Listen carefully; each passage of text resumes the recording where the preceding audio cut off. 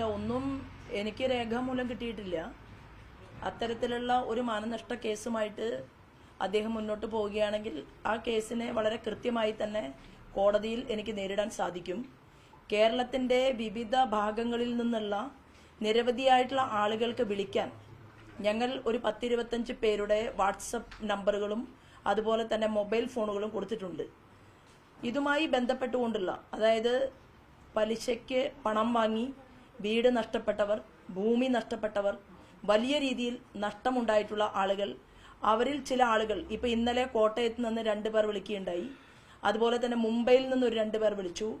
ചെന്നൈയിൽ നിന്ന് ചെന്നൈ മലയാളി ക്ലബ്ബ്, എത്രയോ പൗരാണികമായിട്ട് നിലനിന്നിരുന്ന മലയാളികളുടെ ഒരു സങ്കേതമായിട്ടുള്ള ആ മലയാളി ക്ലബ്ബ് തന്നെ ഇദ്ദേഹത്തിൻ്റെയും മരുമകൻ്റെയും പേരിലാക്കാൻ വേണ്ടിയിട്ട് ശ്രമം നടക്കുകയും അതിനെതിരായിക്കൊണ്ട് ചെന്നൈ കോടതിയിൽ കേസ് പോവുകയും ചെയ്തതിൻ്റെ മാറ്ററുകൾ ഞങ്ങളുടെ കയ്യിലുണ്ട് എന്ന് പറഞ്ഞുകൊണ്ട് അവിടെ നിന്ന് ആളുകൾ വിളിച്ചിട്ടുണ്ട്.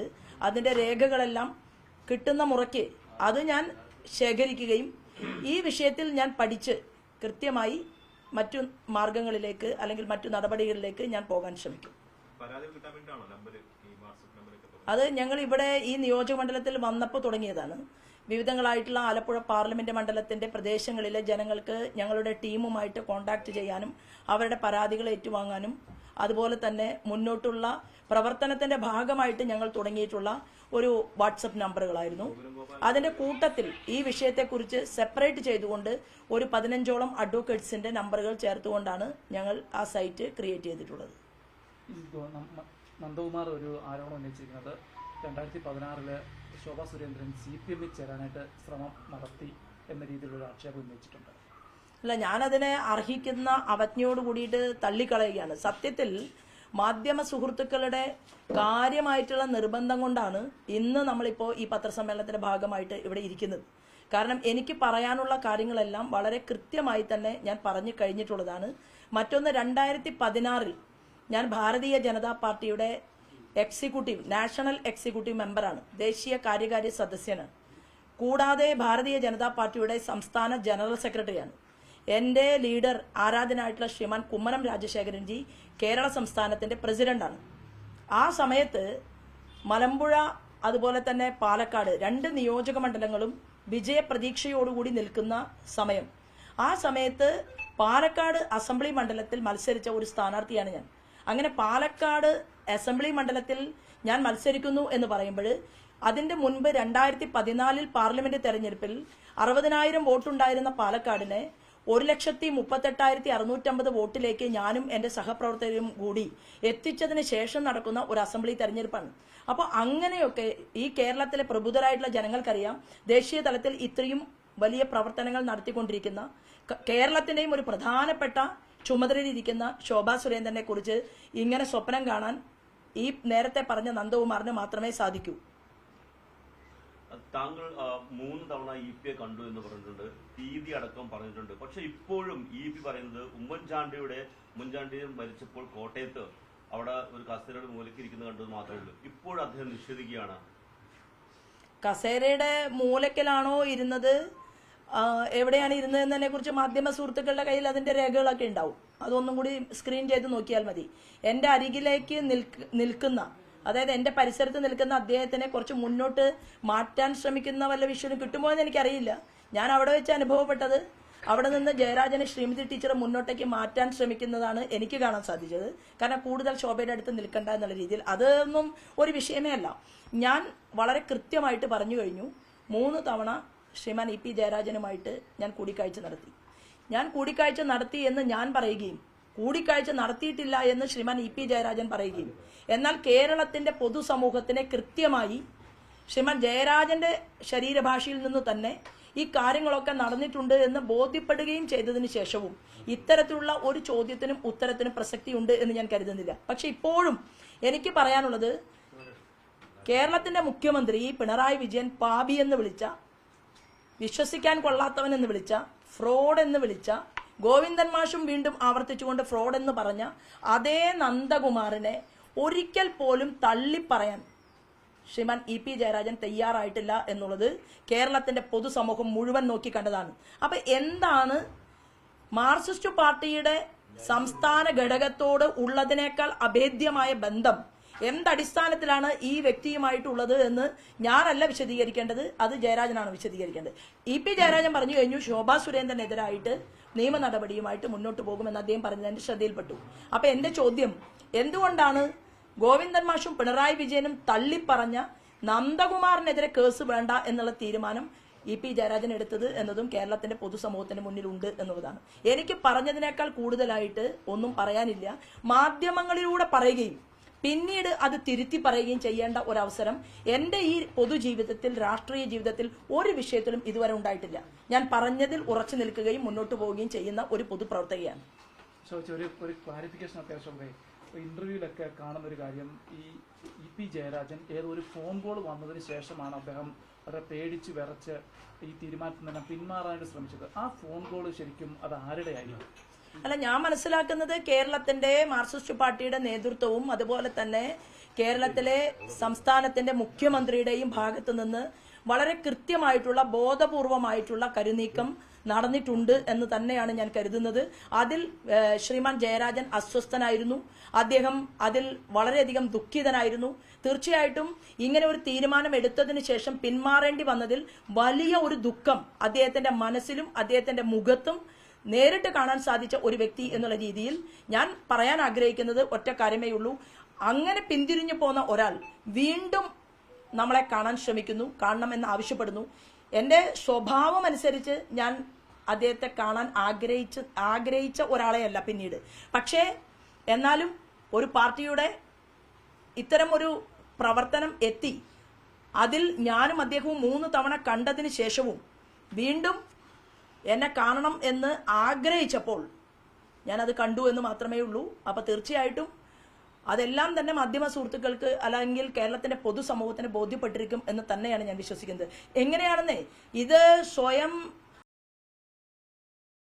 അധിപതികളെ പോലെ മുന്നോട്ട് പോകുന്ന ഒരു പാർട്ടി, ആ പാർട്ടിക്കകത്ത് തന്നെ പ്രവർത്തിച്ചിട്ടുള്ള TP ചന്ദ്രശേഖരനെ പോലെയുള്ള ആളുകളെ വെട്ടുവെട്ടി 51 വെട്ടുവെട്ടി കൊലപ്പെടുത്തിയിട്ടുള്ള ഒരു പ്രസ്ഥാനം, പിഞ്ചു കുട്ടികളുടെ കൺമുന്നിലിട്ടുകൊണ്ട് ക്ലാസ് മുറിയിൽ ജയകൃഷ്ണൻ മാസ്റ്ററെ വെട്ടിക്കേറി കൊലപ്പെടുത്തിയ ഒരു പ്രസ്ഥാനം, അങ്ങനെ ഒരു പ്രസ്ഥാനത്തിൽ നിന്ന് ബന്ധം വിച്ഛേദിച്ചുകൊണ്ട് മറ്റൊരു പാർട്ടിക്കകത്തേക്ക് കടന്നു വരാൻ അത്രയും അസ്വസ്ഥതയുണ്ടായിട്ടായിരിക്കണം അദ്ദേഹം തീരുമാനമെടുത്തിട്ടുണ്ടാകുക.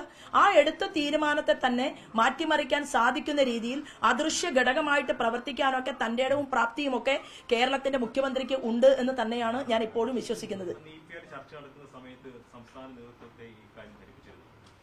പറഞ്ഞല്ലോ, കഴിഞ്ഞ ദിവസം തന്നെ സംസ്ഥാന അധ്യക്ഷൻ പറയുകയുണ്ടായല്ലോ, ഇതെല്ലാം തന്നെ അദ്ദേഹത്തിന് കൂടി അറിവുണ്ട് എന്നുള്ള രീതിയിലാണ് മാധ്യമങ്ങളിലൂടെ ഞാൻ കണ്ടത്.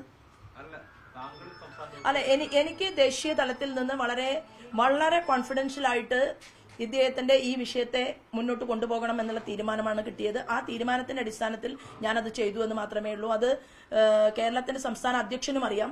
മെമ്പർഷിപ്പ് ഡ്രൈവിന്റെ പ്രവർത്തനവുമായി ബന്ധപ്പെട്ടുകൊണ്ട് അഖിലേന്ത്യാ തലത്തിൽ 8ഓളം വരുന്ന സംസ്ഥാനങ്ങളുടെ ചുമതലക്കാരിയായിരുന്നു ഞാൻ. വിവിധങ്ങളായിട്ടുള്ള സംസ്ഥാനങ്ങളിൽ നിന്ന് പുതിയ ആളുകൾ വരുന്ന സമയത്തും ആ ദേശീയ ഓഫീസിനകത്തും ഒക്കെ കൃത്യമായിട്ടുള്ള പ്രവർത്തനങ്ങളുമായിട്ട് ഞാൻ പോയിരുന്നതും മുന്നോട്ട് പോരുന്നതുമൊക്കെ അദ്ദേഹത്തിന് അറിയാവുന്ന ഒരു കാര്യവുമാണ്. മാത്രവുമല്ല, ഇവിടെ തന്നെ ഈ ഒരു സ്റ്റാർട്ടിംഗ് പോയിന്റ് എന്ന് പറയുന്നത് പ്രകാശ് ജാവേദ്കർജി പോലും ഈ കേരളത്തിന്റെ പ്രഭാരിയായി വരുന്നതിന് മുൻപ് തുടങ്ങിയിട്ടുള്ള ഒരു പ്രക്രിയയാണ്. അപ്പൊ ആ പ്രക്രിയയെ കുറിച്ച് എനിക്ക് പറയാനുള്ള അറിയുന്ന കാര്യങ്ങളെല്ലാം തന്നെ ഞാൻ നിങ്ങളുടെ മുന്നിൽ വെച്ച് കഴിഞ്ഞതാണ്.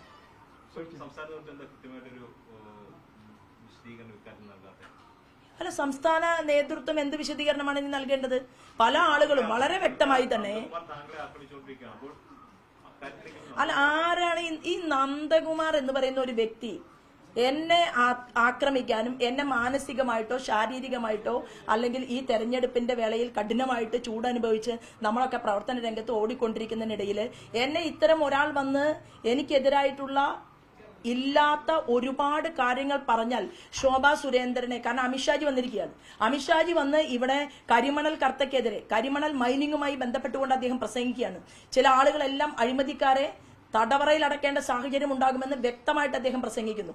ഇവിടെ കരുവന്നൂർ കേസുമായി ബന്ധപ്പെട്ടുകൊണ്ട് വലിയ രീതിയിലുള്ള പ്രതികരണമാണ് അദ്ദേഹത്തിന്റെ ഭാഗത്തു നിന്നുണ്ടായത്. ഇതെല്ലാം ഉണ്ടായി ആലപ്പുഴ പാർലമെന്റ് മണ്ഡലത്തിൽ ജയിക്കാനുള്ള ഒരു മൊമെന്റം ക്രിയേറ്റ് ചെയ്യപ്പെട്ടിരിക്കുന്ന സമയത്ത് തന്ത്രപൂർവ്വം ഇവിടെ ഈ നന്ദകുമാർ എന്ന് പറയുന്ന ഒരു വ്യക്തി വന്ന് ലാൻഡ് ചെയ്തു എന്നുള്ളത് കൊണ്ട്. പക്ഷെ ഒരു കാര്യം ഉണ്ട്, എനിക്ക് ഒരു കാര്യത്തിൽ നിർബന്ധമുണ്ട്. ഇത്തരത്തിലുള്ള നീചമായിട്ടുള്ള പ്രവൃത്തിയുമായിട്ട് ആരിറങ്ങിയാലും അതിന്റെ പിറകിൽ ആര് പ്രവർത്തിച്ചാലും ആ പ്രവർത്തിക്കുന്നവരുടെ ചെയിൻ ഉണ്ടല്ലോ, ചങ്ങല, ആ ചങ്ങല എവിടെ നിന്ന് തുടങ്ങി എന്നൊക്കെ കണ്ടുപിടിക്കാനുള്ള ആൾബലവും സ്വാധീനവും കേരളത്തിലെ ജനങ്ങൾക്കിടയിൽ ബന്ധവുമുള്ള ഒരു പൊതുപ്രവർത്തക എന്നുള്ള രീതിയിൽ എനിക്കറിയാം. ഇത് നന്ദകുമാറിന്റെ മാത്രം പദ്ധതിയല്ല. ഇതിനകത്ത് ശ്രീമാൻ ഇ പി ജയരാജന് കൃത്യമായ റോളുണ്ട്. ഇതിനകത്ത് ഗോകുലം ഗോപാലന് കൃത്യമായിട്ടുള്ള റോളുണ്ട്. ഈ റോളെല്ലാം ഏറ്റെടുത്തുകൊണ്ട് തന്നെയാണ് ഈ പ്രവർത്തനവുമായിട്ട് മുന്നോട്ട് പോയിട്ടുള്ളത്. അല്ല, ഭാരതീയ ജനതാ പാർട്ടിയുടെ റോൾ എന്ന് പറയുന്നത് അവരുടെ സഹോദരിയായിട്ടുള്ള ശോഭാ സുരേന്ദ്രനെ ആലപ്പുഴ പാർലമെന്റ് മണ്ഡലത്തിൽ വിജയിപ്പിക്കുക എന്നുള്ളതാണ്. ഈ രാമനിലയത്തിൽ വെച്ച് ജാവദേക്കർ കണ്ടപ്പോൾ എന്താണ് സംസാരിച്ചത് ശരിക്കും? അല്ല, രാമനിലയത്തിൽ വെച്ച് ഞാൻ ജാവേദ്കർജിയെ കണ്ടിട്ടില്ല. രാമനിലയത്തിൽ ഞാൻ പറഞ്ഞത് രാമനിലയത്തിൽ ഒരു മുറിയിൽ എന്നെ കാണാൻ വേണ്ടിയിട്ട് അദ്ദേഹം ആഗ്രഹിക്കുന്നു എന്ന് പറഞ്ഞതിന്റെ അടിസ്ഥാനത്തിലാണ് ഞാൻ രാമനിലയത്തിലേക്ക് വരുന്നത്. കാരണം എന്തിനാ രാമനിലയം സെലക്ട് ചെയ്തത്? എന്റെ വീട് തൃശ്ശൂരിൽ തന്നെ അയ്യന്തോളുണ്ടല്ലോ. അവിടുത്തെ മാധ്യമ പ്രവർത്തകർ എത്രയോ തവണ എന്റെ വീട്ടിൽ, ഞാൻ താമസിക്കുന്ന വാടക വീട്ടിൽ വന്നിട്ടുണ്ടല്ലോ. പല പത്രസമ്മേളനങ്ങളുടെയും ഭാഗമായിട്ട് അവിടെ മാധ്യമ സുഹൃത്തുക്കൾ നമ്മളെ കണ്ടിട്ടുള്ളതാണ്. അപ്പോൾ അവിടെ വരാതെ രാമനിലയത്തിലേക്ക് വരണം എന്ന് പറഞ്ഞത് ശ്രീമാൻ ഇ പി ജയരാജന്റെ താല്പര്യാർത്ഥമാണ്. ഞാൻ അവിടെ ചെല്ലുന്നു, ഒരു റൂം ബുക്ക് ചെയ്യുന്നു. ഞാൻ ഇന്നലെ ഇത് പറഞ്ഞതാണ്. ഒരു മുറി ബുക്ക് ചെയ്യുന്നു, ആ മുറിയിൽ ഞാൻ ഇരിക്കുന്നു, അവിടെ നന്ദകുമാർ ഇരിക്കുന്നു. ഫോൺ ചെയ്ത് ചോദിക്കുന്നു. ഫോൺ ചെയ്യുന്ന സമയത്ത് അദ്ദേഹം പറയുകയാണ്, ഇവിടെ സഖാവ് രാധാകൃഷ്ണൻ ഉണ്ട് എന്ന് പറയുകയാണ്, മന്ത്രി രാധാകൃഷ്ണൻ ഉണ്ട് എന്ന് പറയുകയാണ്. അത് ശരിയാണോ എന്ന് പരിശോധിക്കാൻ വേണ്ടിയിട്ട് ഞാൻ പുറത്തിറങ്ങി, ഡോർ തുറന്ന് പുറത്തിറങ്ങിയിട്ട് കോറിഡോറിലേക്ക് നടന്നു ചെല്ലുന്നു. കോറിഡോറിലേക്ക് ഞാൻ നടന്നു ചെല്ലുന്ന സമയത്ത് മന്ത്രി രാധാകൃഷ്ണനും അദ്ദേഹത്തിന്റെ പോലീസ് ഓഫീസേഴ്സും എല്ലാം തന്നെ അവിടെ നിൽക്കുന്നുണ്ട്. ഞാനൊരു നമസ്കാരം പറയുന്നു, അദ്ദേഹവും ഒരു നമസ്തേ പറയുന്നു, അദ്ദേഹം അദ്ദേഹത്തിന്റെ വഴിക്ക് പോകുന്നു. ഞാൻ വീണ്ടും തിരിച്ച് റൂമിൽ വരുന്നു. അങ്ങനെ റൂമിൽ വന്നതിന് ശേഷം ഞാൻ പറഞ്ഞു, ശരിയാണ്, മിനിസ്റ്റർ അവിടെ നിൽക്കുന്നുണ്ട്. അത് കഴിഞ്ഞ് അല്പസമയത്തിന് ശേഷമാണ് ഈ മുറിക്കകത്തേക്ക് ശ്രീമാൻ ഇ പി ജയരാജൻ വരുന്നത്. അവിടെ വന്നിരുന്നുകൊണ്ട് ഞാനും ഈ നന്ദകുമാറും ഇ പി ജയരാജനും കൂടി സംസാരിച്ചത്, ഇല്ല, അങ്ങനെ ഒരു സംഭവം ഉണ്ടായിട്ടില്ല എന്ന് നന്ദകുമാർ പറയുന്നുണ്ടെങ്കിൽ നന്ദകുമാറിനെ കൊണ്ട് ശ്രീമാൻ ഇ പി ജയരാജൻ പറയിപ്പിക്കുകയാണ്. ഇത് മനസ്സിലാക്കാനുള്ള നല്ല ബുദ്ധിയും വിവേകവും ഒക്കെ കേരളത്തിലെ ജനങ്ങൾക്കുണ്ട് എന്നുള്ളതാണ്.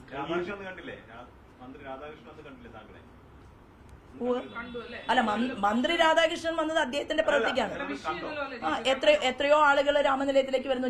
ഞാൻ എവിടെ വെച്ച് മന്ത്രിയെ കാണുമ്പോഴും, അന്ന് ഗോവിന്ദ മാസ്റ്റർ യാത്രയായിരുന്നു.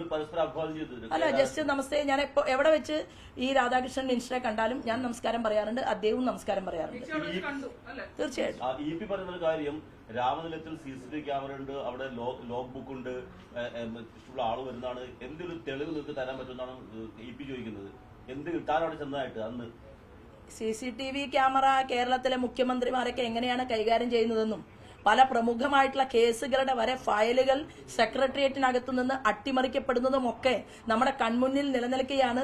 ഇത്തരത്തിലുള്ള ഒരു ഒട്ടും വില കൽപ്പിക്കാൻ സാധിക്കാത്ത ഒരു പ്രസ്താവനയുമായിട്ട് രംഗത്ത് വരുന്നത്. അപ്പൊ CCTV ക്യാമറ ഉണ്ടെങ്കിൽ അതൊന്ന് പരിശോധിക്കട്ടെ അന്നത്തെ ദിവസം. മാത്രമല്ലല്ലോ, അവിടെ ഞാൻ ആ പുസ്തകത്തിൽ ലെഡ്ജറിൽ ഒപ്പിട്ടിട്ടുണ്ടല്ലോ, ഞാനാണല്ലോ റൂം എടുക്കുന്നത്. അപ്പൊ ഞാൻ ഒപ്പിട്ട് സിഗ്നേച്ചർ ചെയ്തിട്ടുള്ള ലെഡ്ജർ ആ പുസ്തകം തന്നെയാണോ അവിടെ ഇപ്പോഴും ഉള്ളത് എന്ന് രാമനിലയത്തിൽ നിന്ന് പരിശോധന നടത്തിയ ശോഭാ സുരേന്ദ്രൻ രാമനിലയത്തിൽ ജീവിതത്തിൽ ആകെ 4 തവണയെ പോയിട്ടുള്ളൂ. അങ്ങനെയാണെങ്കിൽ എന്റെ സിഗ്നേച്ചർ ഇട്ടുകൊണ്ട് ഞാൻ പോയി ഒരു മുറിയെടുക്കുന്നത് ഒരൊറ്റ തവണയെ എന്റെ ജീവിതത്തിൽ ഉണ്ടായിട്ടുള്ളൂ. ആ ലെഡ്ജർ അവിടെ ഉണ്ടാകും, പരിശോധിക്കല്ലോ. ചേച്ചി, ഒരു കാര്യം, ഈ ജാവദേക്കർ ഇ കാണുന്നത് അറിയാമായിരുന്നു? അറിയില്ല, എനിക്കറിയില്ല.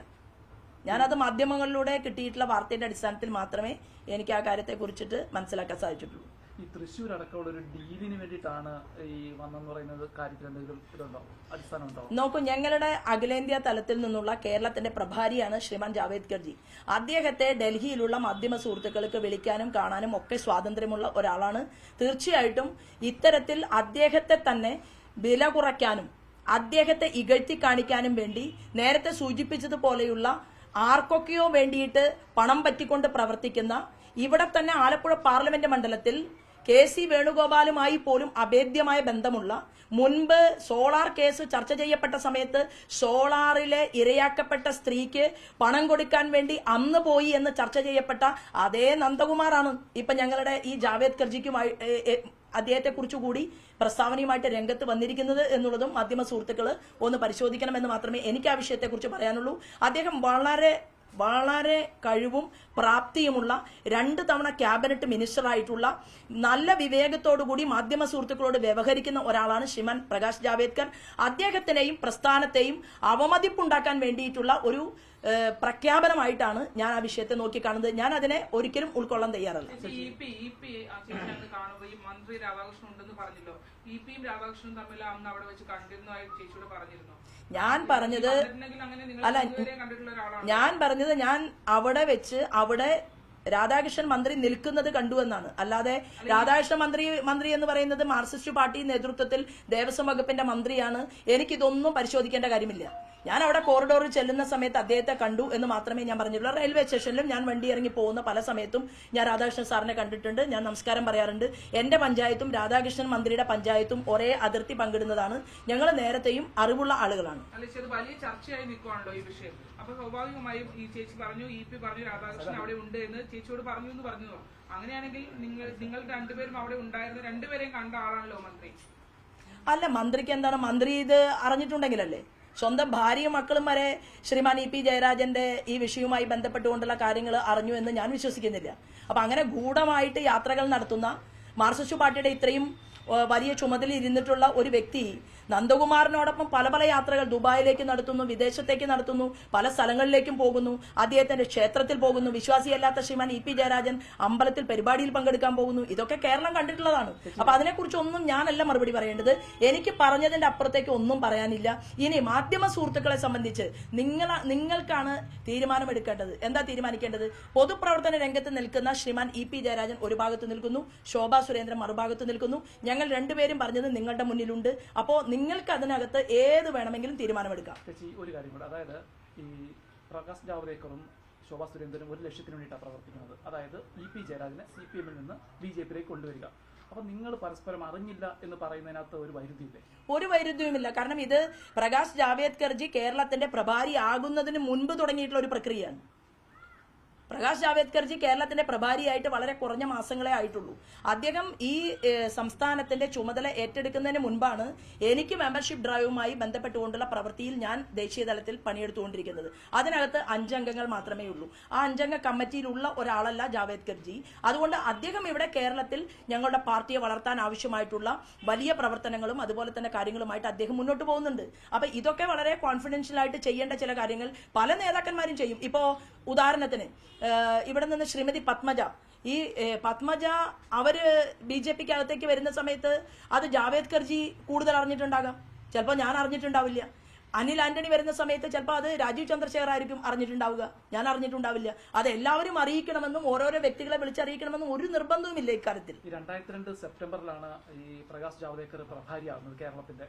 അപ്പം ആ ഒരു ഇടപാട് അതിന് ശേഷമല്ലേ ശരിക്കും പറഞ്ഞ ചർച്ചകൾ നടന്നിട്ടുള്ളത്? 2022 ശേഷം അല്ലേ? തീർച്ചയായിട്ടും അതിനു മുൻപ് തന്നെ, അതായത് CP രാധാകൃഷ്ണൻജി കേരളത്തിന്റെ പ്രഭാരിയായിട്ട് അവസാന ഘട്ടത്തിൽ ഇരിക്കുന്ന സമയത്ത് മുതൽ ഈ പാർട്ടിക്കകത്തേക്ക് ധാരാളം പുതിയ ആളുകളെ വരുന്നതിന് വേണ്ടിയിട്ടുള്ള പല യാത്രകളും പല കാഴ്ചകളും പല മീറ്റിങ്ങുകളും ഒക്കെ ഒരു തലത്തിൽ പ്രഭാരി എന്നുള്ള രീതിയിൽ അദ്ദേഹത്തിന്റെ തലത്തിൽ നടന്നിരുന്നു. ഇപ്പോൾ ഇദ്ദേഹം വന്നതിന് ശേഷം നടക്കുന്നു. ദേശീയ തലത്തിൽ നിന്ന് അതിന്റെ ഡേറ്റും സമയം ഒന്നും പറയാനുള്ള ഉത്തരവാദിത്തം എനിക്കില്ല. എന്റെ പാർട്ടി എന്നെ നിയോഗിച്ചിട്ടുള്ള കോൺഫിഡൻഷ്യൽ ആയിട്ടുള്ള പ്രവൃത്തി, ആ പ്രവൃത്തിയുമായിട്ട് ഞാൻ മുന്നോട്ട് പോയി. ആ പ്രവൃത്തിയിൽ ഒരു വിഷയത്തിൽ ഇത്രയും പാർട്ടിക്ക് അവമതിപ്പുണ്ടാക്കുന്ന രീതിയിലുള്ള വാർത്തകളിലേക്ക് കടന്നു കയറുന്ന സമയത്ത് ഇത്രയും നമുക്ക് പറയേണ്ട ഒരു സാഹചര്യം ഉണ്ടായി. 9 നേതാക്കന്മാരുമായിട്ട് ചർച്ച നടത്തിയിട്ടുള്ള ഒരാളാണ് നിങ്ങളുടെ മുന്നിൽ ഇരിക്കുന്നത്. അതിൽ 8 കോൺഗ്രസിന്റെ വലിയ നേതാക്കന്മാരുണ്ട്. അതിൽ ചിലർ പാർലമെന്റിലേക്ക് സീറ്റ് കിട്ടാൻ വേണ്ടി ആ ചർച്ചയെ ഉപയോഗപ്പെടുത്തിയിട്ടുള്ളവർ പോലും ഉണ്ട് എന്നുള്ളതാണ്. അപ്പൊ ഇതൊന്നും രാഷ്ട്രീയ നൈതികത ഉള്ളതുകൊണ്ട് തെരുവിൽ വിളിച്ചു പറയുകയും ഒന്നും ചെയ്യുക എന്നുള്ള വിവേകമില്ലായ്മയൊന്നും ഉള്ളവരല്ല ഞങ്ങൾ വളരെ കൃത്യമായി തന്നെയാണ് കാര്യങ്ങൾ മുന്നോട്ട് കൊണ്ടുപോകുന്നത്. നന്ദകുമാറിനെ കുറിച്ച് അറിയാവുന്നതല്ലേ? കാര്യം കേരള രാഷ്ട്രീയത്തിൽ ഒരുപാട് തവണ ചർച്ച ചെയ്തിട്ടുള്ള വ്യക്തിയാണ്. കളങ്കിതനാണെന്ന് പോലും വിമർശനം ഉയർന്ന വ്യക്തിയാണ്. ആ വ്യക്തിയായിട്ട് എന്തിനാണ് താങ്കൾ ഒരു CPM നേതാവുമായി ചർച്ച നടത്തിയ ഇടനില വെച്ചത്? അല്ല, നന്ദകുമാർ എന്ന് പറയുന്ന വ്യക്തിയെ ഞാൻ ഉൾപ്പെടെ ബഹുമാനപ്പെട്ട അച്യുതാനന്ദൻ വരെ കണ്ടിട്ടുണ്ടല്ലോ. നന്ദകുമാർ എന്ന് പറയുന്ന വ്യക്തി കാണാത്ത രാഷ്ട്രീയ നേതാക്കന്മാര് പല ആളുകളെയും ഞാൻ ഒറ്റ പോയിന്റേ നോക്കുന്നുള്ളൂ. എന്റെ ലക്ഷ്യം എന്ന് പറയുന്നത് എന്റെ പാർട്ടിയെ വിപുലപ്പെടുത്താൻ, ഈ പ്രസ്ഥാനത്തിൽ 100-300ഓളം ബലിദാനികളെ സൃഷ്ടിച്ച മാർക്സിസ്റ്റ് പാർട്ടിയുടെ കൊലക്കത്തിക്കിരയായിക്കൊണ്ട് എന്റെ ആത്മസുഹൃത്തും KT ജയകൃഷ്ണൻ മാസ്റ്റർ ഉൾപ്പെടെ പിടഞ്ഞു വീണ് മരിച്ചിട്ടുള്ള ഈ കേരളത്തിന്റെ മണ്ണിൽ ഞങ്ങളുടെ പാർട്ടിക്കകത്തേക്ക് മാർക്സിസ്റ്റ് പാർട്ടിയിൽ നിന്ന് ആളുകൾ വരാൻ വേണ്ടിയിട്ട് അവർ ആഗ്രഹിക്കുമ്പോൾ തീർച്ചയായിട്ടും അവരെ സ്വീകരിക്കാൻ വേണ്ടിയിട്ടുള്ള പ്രവർത്തനം നടത്തും. ഇനിയും ആ വിഷയത്തിൽ മുന്നോട്ട് പോകും. ധാരാളം ആളുകളുമായിട്ട് ചർച്ചകൾ നടത്തിയിട്ടുണ്ട്. ചെറുതും വലുതുമായിട്ടുള്ള ധാരാളം നേതാക്കന്മാർ ഈ പ്രസ്ഥാനത്തിലേക്ക് ഞങ്ങളുടെ കടന്നുവരും. വരാൻ പോകുന്ന നാളുകളിൽ ഭാരതീയ ജനതാ പാർട്ടിയുടെ പ്രതലം അത് വർദ്ധിപ്പിക്കുകയും BJP തന്നെ ഈ ഇടതുപക്ഷ ജനാധിപത്യ മുന്നണിക്ക് ബദലായിക്കൊണ്ട് കടന്നു വരിക എന്നുള്ള നയം സ്വീകരിച്ചുകൊണ്ട് അതിശക്തമായി ഞങ്ങൾ പ്രവർത്തിച്ച് മുന്നോട്ട് പോകും. പിന്നെ എന്തുകൊണ്ടാണ് അദ്ദേഹത്തെ ഇടനിലക്കാരനാക്കുന്നത്? അയാൾ ഒരു ഇടനിലക്കാരനാണ്. ആക്കിയത് ശോഭാ സുരേന്ദ്രൻ അല്ലല്ലോ. എന്തിനാണ് അത് EP ജയരാജനോട് ശ്രീമാൻ കുമാറിനെ പോലെ ഒരാളെ ഇടനില വെക്കുന്നത്? അത് ശ്രീമാൻ നേട്ടമുണ്ടെന്നാണോ? എന്താണ്? അല്ല, അത് ശ്രീമാൻ EP ജയരാജനോട് ചോദിച്ചാൽ മതി. ശ്രീമാൻ EP ജയരാജൻ ഫോണിൽ പറഞ്ഞിട്ടാണല്ലോ നന്ദകുമാർ വീട്ടിൽ വന്ന് 2 തവണയിൽ 1 തവണ ഫോണിൽ വിളിക്കുന്നു, ജയരാജൻ എടുക്കുന്നില്ല. 2ാമത്തെ തവണ ജയരാജന്റെ സംഭാഷണം, അവർ തമ്മിലുള്ള സംഭാഷണം കേട്ടതിന് ശേഷമാണ് ഞാൻ വരെ വിശ്വസിക്കുന്നത് ശ്രീമാൻ EP ജയരാജൻ BJPയിലേക്ക് വരാനുള്ള താല്പര്യമുണ്ട്, നന്ദകുമാർ പറഞ്ഞത് ശരിയാണ് എന്ന്. അതുകൊണ്ട് ഞാനല്ല തീരുമാനിക്കേണ്ടത്. മറ്റു പാർട്ടിക്കകത്ത് നിന്ന് പ്രവർത്തിച്ചുകൊണ്ടിരിക്കുന്ന ആളുകൾ ആരെയൊക്കെ കൂട്ടുകാരാക്കണം, ആ കൂട്ടുകെട്ട് എത്രമാത്രം മുന്നോട്ട് പോകണം എന്ന് തീരുമാനിക്കേണ്ടത് അവർ തന്നെയാണ്. അല്ല, എനിക്കിതിനെക്കുറിച്ച് കൂടുതൽ പറയേണ്ട കാര്യമില്ല. ഏത് കഴിവ് നോക്കൂ. അല്ല, ജാവേദ്കർ സംസാരിച്ചപ്പോഴും എന്ന മാധ്യമങ്ങളുടെ സൃഷ്ടിയാണ്. ഇതുവരെ നിങ്ങൾ ഇത്രയും പ്രഗത്ഭന്മാരായിട്ടുള്ള മാധ്യമ പ്രവർത്തകന്മാരുണ്ടായിട്ട് ശ്രീമാൻ ജാവേദ്കർജിയുടെ ഒരു സ്റ്റേറ്റ്മെന്റ് പോലും പുറത്തു വന്നിട്ടില്ലല്ലോ. അതുകൊണ്ട് ജാവേദ്കർജിയുടെ സ്റ്റേറ്റ്മെന്റ് പുറത്തു വന്നിട്ട് നമുക്ക് അതിനെ കുറിച്ചിട്ട് പ്രതികരിക്കാം. കുറെ ചിത്രങ്ങൾ അയച്ചിരുന്നു. EP എന്ന് പറഞ്ഞ പ്രതികരണമാണ്. മകന്റെ ഫോണിലേക്ക് കുറെ ചേച്ചിയുടെ കുറെ ചിത്രങ്ങൾ ചേച്ചി അയച്ചിരുന്നു. അത് കണ്ടപ്പോൾ അത് ശരിയല്ലെന്ന് തോന്നി, ആ സ്ത്രീ ശരിയല്ലെന്ന് തോന്നി. അതുകൊണ്ട് അവരെ ബ്ലോക്ക് ചെയ്തു. EP പറഞ്ഞ ചേച്ചിയെ കുറിച്ച് പറഞ്ഞ ഒരു പ്രതികരണമാണ്. മാത്രമല്ല, ഒരു കോളുകളും അങ്ങോട്ട് വിളിച്ചിട്ടില്ല, മകന് ചേച്ചി അറിയേയില്ല എന്നൊരു കാര്യം പറഞ്ഞു. ഞാൻ കഴിഞ്ഞ ദിവസം തന്നെ നിങ്ങൾക്ക് എന്റെ വാട്സപ്പ് കാണിച്ചതാണ്.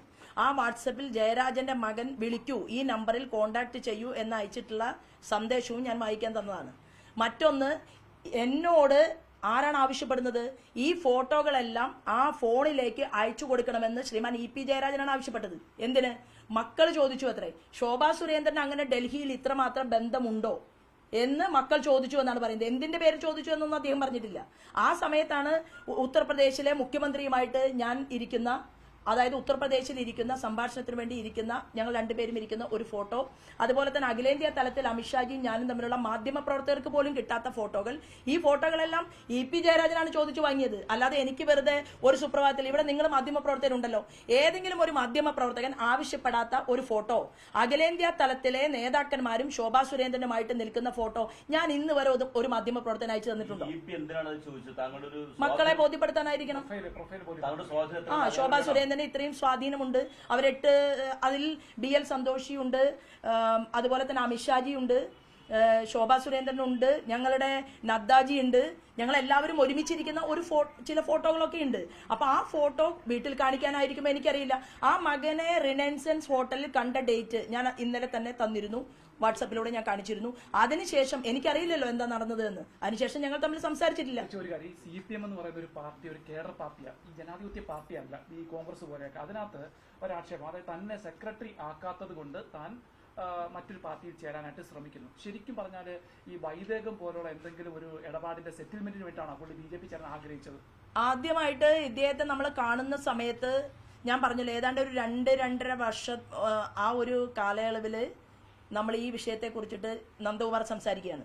നന്ദകുമാർ സംസാരിച്ചതിന് ശേഷവും 2-3 മാസങ്ങൾ കഴിഞ്ഞിട്ടാണ് നമ്മൾ കാണുന്നത്.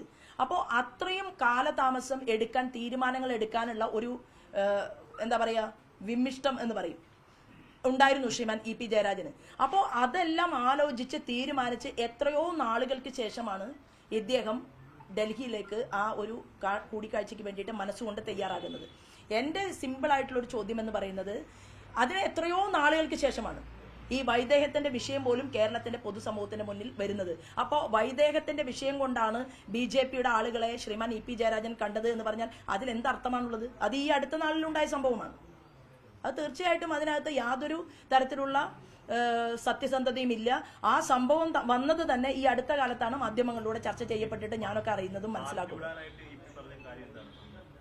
അല്ല, അത് ഗോവിന്ദൻ മാഷ് എന്നേക്കാൾ വളരെ ജൂനിയർ ആണെന്നും ആ ജൂനിയർ ആയിട്ടുള്ള ഗോവിന്ദൻ മാഷെ പാർട്ടിയുടെ സംസ്ഥാന സെക്രട്ടറി പദവിയിലേക്ക് അല്ല ഉണ്ടല്ലോ, ഞാൻ ഡേറ്റ് കാണിച്ചല്ലോ. അതായത് 2022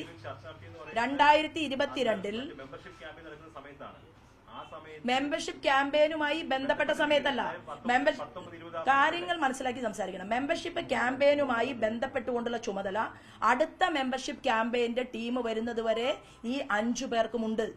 അല്ലാതെ മെമ്പർഷിപ്പ് ക്യാമ്പയിനുമായി നടക്കുന്ന കാലത്ത് ജയരാജനെ കൊണ്ടുപോയി എന്ന് ഞാൻ പറഞ്ഞില്ലല്ലോ. ഞാൻ വളരെ വ്യക്തമായിട്ട് പറഞ്ഞിട്ടുണ്ട്.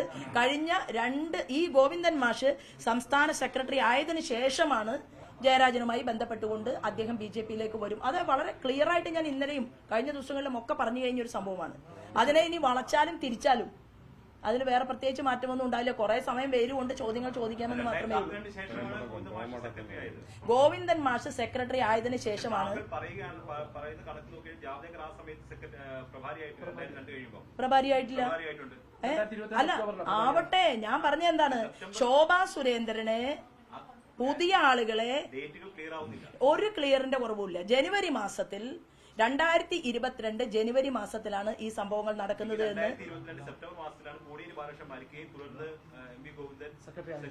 ഏത് മാസത്തിലാണ്? 2022 സെപ്റ്റംബറിലാണ്. അതെ. അപ്പോ അതിനു മുൻപ് പാർട്ടിക്കകത്ത് അല്ല, അതിനു മുമ്പ് മാർക്സിസ്റ്റ് പാർട്ടിക്കകത്ത് ഒരു പ്രശ്നവും EP ജയരാജനും പിണറായി വിജയനും തമ്മിലില്ലേ? എനിക്ക് അതിന്റെ ഉത്തരവാദിത്തം ഒന്നും ഏറ്റെടുക്കേണ്ട കാര്യമില്ല. എന്നോട് അദ്ദേഹം പറഞ്ഞ കാര്യമാണ് ഞാൻ പറഞ്ഞത്. എന്നേക്കാൾ ജൂനിയർ ആയിട്ടുള്ള ഗോവിന്ദൻ മാസ്റ്റർ സംസ്ഥാന സെക്രട്ടറിയായി ഞാൻ മനസ്സിലാക്കിയത് അതിൽ അമർഷവും ദുഃഖവും ശ്രീമാൻ EP ജയരാജൻ ഉണ്ടായിരുന്നു. ഞാൻ വളരെ ക്ലിയർ ആയി പറഞ്ഞു, 2022 ജനുവരിയിൽ ഈ ചർച്ചകൾ നടക്കുന്നു അല്ലെ. ഗോവിന്ദൻ മാസ്റ്ററുടെ യാത്ര വന്ന ദിവസം ഞാൻ അദ്ദേഹത്തെ രാമനിലയത്തിൽ കാണുന്നു. വെണ്ണലയിലെ വീട്ടിൽ, നന്ദകുമാറിന്റെ വീട്ടിൽ എത്രയോ മാസങ്ങൾക്ക് മുൻപാണ് കണ്ടിട്ടുള്ളത്. ഞാൻ വളരെ വ്യക്തമായി ഇതെല്ലാം പറഞ്ഞല്ലോ. നിങ്ങൾക്ക് ചില ആളുകൾക്ക് ശ്രീമാൻ EP ജയരാജൻ ശോഭാ സുരേന്ദ്രനെ കണ്ടിട്ടില്ല എന്ന് സ്ഥാപിക്കാൻ താല്പര്യമുണ്ടെങ്കിൽ ആ വാർത്ത കൊടുക്കണം. സെപ്റ്റംബറിന് ശേഷം 2022 സെപ്റ്റംബറിന് ശേഷമാണ് ഗോവിന്ദൻ മാഷ് സംസ്ഥാന സെക്രട്ടറി. അന്നാണ് ഈ പറയുന്ന പോലെ നീരസം ഉണ്ടാകേണ്ടത്. അതിനുശേഷമായിരിക്കണം ഈ മൂവ്മെന്റ് ഉണ്ടായിരിക്കും. താങ്കൾ പറയുന്നത് ആ നീരസം മാത്രമേ ഉള്ളൂ EP ജയരാജൻ? അല്ല, എന്നോട് ഗോവിന്ദൻ മാസ്റ്റർ പറഞ്ഞ കാര്യമാണ് ഞാൻ പറഞ്ഞത്. നടക്കാത്തൊരു കാര്യത്തെ കുറിച്ച് ഏത് ജനുവരിയിൽ? 2022 ജനുവരിയിൽ നടക്കാത്തൊരു കാര്യത്തെ കുറിച്ച് എങ്ങനെയാണ്? അപ്പോ രാമനിലയത്തിലെ ചർച്ചയിൽ പറഞ്ഞു എന്നാണ് ഞാൻ പറഞ്ഞത്. ഞാൻ എന്താ പറഞ്ഞത്? തൃശൂരിലെ രാമനിലയത്തിൽ അദ്ദേഹം ഡൽഹിയിൽ നിന്ന് ഈ കാര്യങ്ങളെല്ലാം ഉപേക്ഷിച്ച് തിരിച്ചു വന്നതിന് ശേഷമാണല്ലോ രാമനിലയത്തിൽ കാണുന്നത്. അപ്പൊ രാമനിലയത്തിൽ കാണുന്ന ദിവസം എന്നാണ്? ഗോവിന്ദൻ മാഷയുടെ യാത്ര തൃശ്ശൂരിൽ വരുന്ന ദിവസമാണ്. അതിന് ജയരാജനോടാ ചോദിക്കേണ്ടത്. അതായത് എല്ലാം വേണ്ട എന്ന് വെച്ച് തിരിച്ചു വന്ന ആൾ വീണ്ടും രാമനിലയത്തിൽ വരുന്നത് ഇടതുപക്ഷ ജനാധിപത്യ മുന്നണിയുടെ ഒരു ചുമതല കൊടുത്തുകൊണ്ട് ഉപതെരഞ്ഞെടുപ്പ് നടക്കുന്ന സമയത്ത് ഉമ്മ ടീച്ചർ മത്സരിക്കുമ്പോൾ ഉപതെരഞ്ഞെടുപ്പ് നടക്കുന്ന സമയത്തിന് ശേഷം പാർട്ടിയിൽ വലിയ മൂവ്മെന്റ് ഉണ്ടാക്കാൻ സാധിച്ചില്ല എന്ന് പറഞ്ഞുകൊണ്ടാണല്ലോ ഈ ഗോവിന്ദൻ മാഷ് സംസ്ഥാന സെക്രട്ടറി ആയത്. ആ ഗോവിന്ദൻ മാഷ് സംസ്ഥാന സെക്രട്ടറി ആയതിനു ശേഷം അന്ന് മനസ്സിൽ BJPയിലേക്ക് വരണമെന്ന് തോന്നിയ ആൾക്ക് വീണ്ടും വരണമെന്ന് തോന്നണ്ടെന്നുണ്ടോ? അല്ല, തോന്നണ്ടെന്നുണ്ടോ? ഗോവിന്ദൻ മാഷ് സംസ്ഥാന സെക്രട്ടറി ആവുന്നതിന് മുൻപും ജയരാജനെ BJPയിൽ വരാൻ ആഗ്രഹിക്കാം, ശേഷവും ആഗ്രഹിക്കാം.